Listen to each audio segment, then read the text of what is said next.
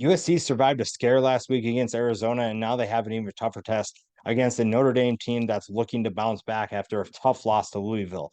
We'll start with USC. USC is honestly one of the best, if not the best offense in college football. They are so explosive. They are doing pretty much whatever they want, and largely thanks to Caleb Williams. But this group is so good at what they do. And they're facing a Notre Dame defense that honestly is better than what we're seeing from this whole perception of Notre Dame. We're seeing a Notre Dame team that has struggled because they've played a very tough schedule. You play NC State, Ohio State, Duke, and Louisville. It's not been an easy schedule for the Fighting Irish, but they can still play really good defense. We saw them play well in every single game so far, and now they face their toughest test to date. So whether or not they have enough in the tank to contain a guy like Caleb Williams, that is the biggest question. But containing him, even if you're playing at high level, so far we haven't seen anybody really be able to slow him down. And that's a big question for Notre Dame. What is in your arsenal of can you slow down the reigning Heisman Trophy winner? Are you able to get him in tough positions? But we'll dive into that more in a little bit. Like I said, USC's offense scoring pretty much at will. Defense, not so much. That's going to be a big key for this game. And it's not that Notre Dame is the most explosive offense, but they can definitely make some plays. And when everybody plays USC, at least lately, we've seen some really big numbers. Arizona's done that. Colorado's done that.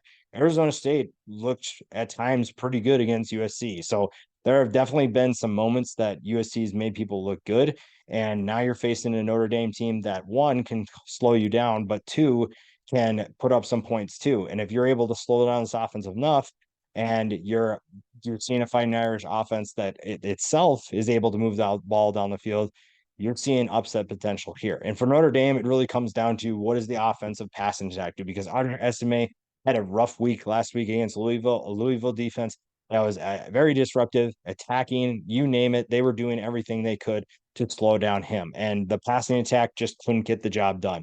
How they are able to bounce back is probably going to be a big key. But you look at what this defense provides, they give your team an opportunity to be in every game. You're going to be competitive in every game. And so far, that has been the case. They have either won or been competitive in every game they've played. And it's largely thanks to a defense that at times bends but doesn't break. But for the most part, they are very disruptive. They limit explosive plays and they give the ball back to their offense for more opportunities. Even if they don't move the ball down the field so explosively like other teams, they are still able to put up points on the scoreboard. Now, the matchups to watch are infinite, honestly, in this game. There's so many different guys that you could point out. I think the biggest thing is how does Notre Dame contain Caleb Williams? And guys like JD Bertrand play a huge role in that. Now, there are plenty of options of what they'll do. And I'm very curious to see how Marcus Freeman and Al Golden scheme something up to either put a spy on Caleb Williams to give him different looks. There's so many different things that I know Marcus Freeman and Al Golden have up their sleeve, but I'm interested to finally see that on the field. Caleb Williams so far has made everybody look ridiculous. Even when people think they have him, they don't. And he's been able to make big plays. Another matchup that I'm interested to watch is for the other for the offense for Notre Dame. Last week was a rough week for the offensive line. So a guy like Zeke Currell is going to have to play a big game in order to keep Notre Dame in this one. There, Alexander is having a good year for USC. He has been a great addition to the transfer portal. Same thing for Jamil Muhammad. Now he faces a guy in Joe Alt who got beat up a little bit against Louisville. Louisville did not hold anything back when attacking Notre Dame. They went after their best players and they did a great job of slowing them down. So a guy like Jamil Muhammad and Bear Alexander play a huge role in that.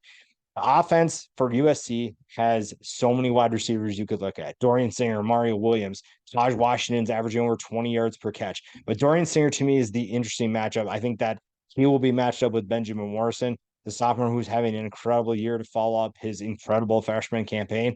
He is proving that he is a next level player, and now he gets another opportunity to face a really good wide receiver in Dorian Singer. Now he'll also probably face Taj Washington. He'll probably face Mario Williams.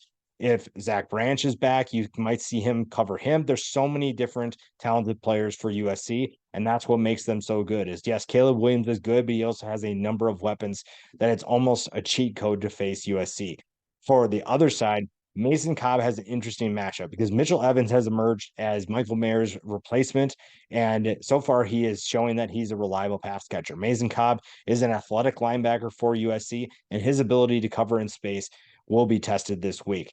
I think keys to the game for USC, you still have to let Caleb Williams work. And I don't think Lincoln Riley will change that.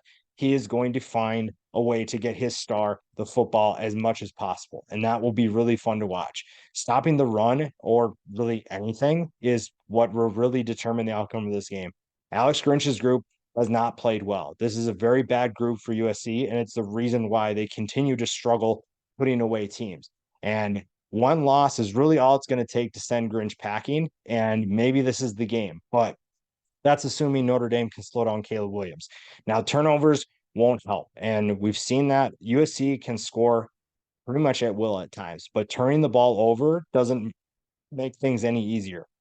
When we talk about the defense and their inability to stop anybody, turning the ball over to Notre Dame doesn't guarantee that Notre Dame will score more points, but it does give them a better opportunity to be in this game, to be able to slow down this offense and to get their offense more opportunities to move the ball, take some clock off, and keep Caleb Williams off the field. If USC can't take care of the football, that's when things get really, really interesting. For Notre Dame, you have to find a way to contain. You have to find a way to contain this offense. You have to find a way to contain Caleb Williams. You have to find a way to contain the explosiveness of this team. And it's almost like, again, bend don't break mentality with Caleb Williams. He's going to make plays.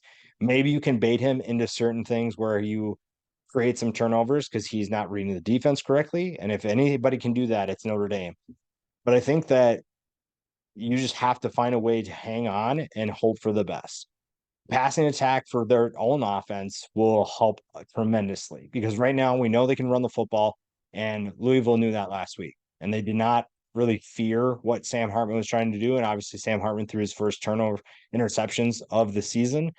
And now you have to find a way to bounce back. You're getting some players back this week. That will be huge. So bouncing back is the biggest key. Yes, this has been a tough stretch for Notre Dame, but you knew that coming into the season. You knew that this would be tough when you're playing an independent schedule. You know the teams that you had on your schedule had the potential to be good. And so far, all of them have proved to be as expected. So you have to find a way to bounce back. Nobody's sorry for you that you lost a game. Nobody's sorry for you that you're tired. Nobody's sorry that you have to be in the spotlight on national television again.